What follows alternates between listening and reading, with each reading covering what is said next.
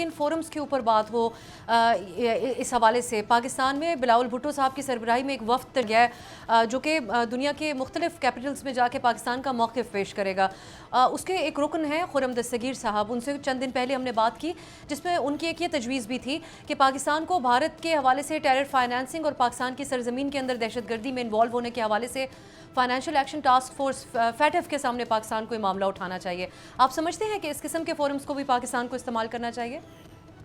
جی evidence ہو تو بالکل کرنا چاہیے، کیونکہ انڈیا نے پاکستان کے خلاف مسلسل فیٹف میں ہی وہ کیس لے کے گئے تھے، اور اب وہ دوبارہ بھی اس بارے میں بات کر رہے ہیں. اور جس طرح خرم دستگیر نے کہا ہے، خرم دستگیر اور باقی ساری جو ٹیم ہے، پاکستان نے ایکچولی بڑے اچھے لوگوں کا انتخاب کیا ہے، اور اس کی پہل انڈیا نے کی. پہلے انڈیا نے اناؤنس کیا کہ وہ ایک ٹیم بھیجیں گے.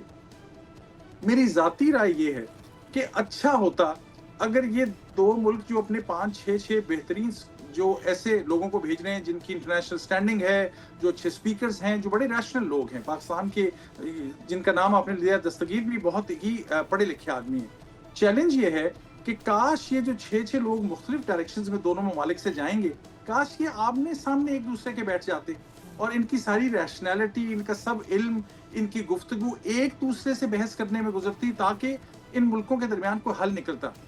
جتنا باہر جائیں گے، آئی انڈرسٹینڈ پاکستان پوزیشن، ہر ملک چاہتا ہے، ہمارے ساتھ زیادتی ہوئی ہے، انڈیا کا اپنا خیال ہے کہ وہ ان کو ملیٹنسی کا سامنا ہے، وہ باہر جا کے لوگوں میں بات کریں. اس سے ناچاکی بڑھے گی، اس سے ڈویژن بڑھے گی، اس سے دونوں کی کنفرنٹیشن بڑھے گی.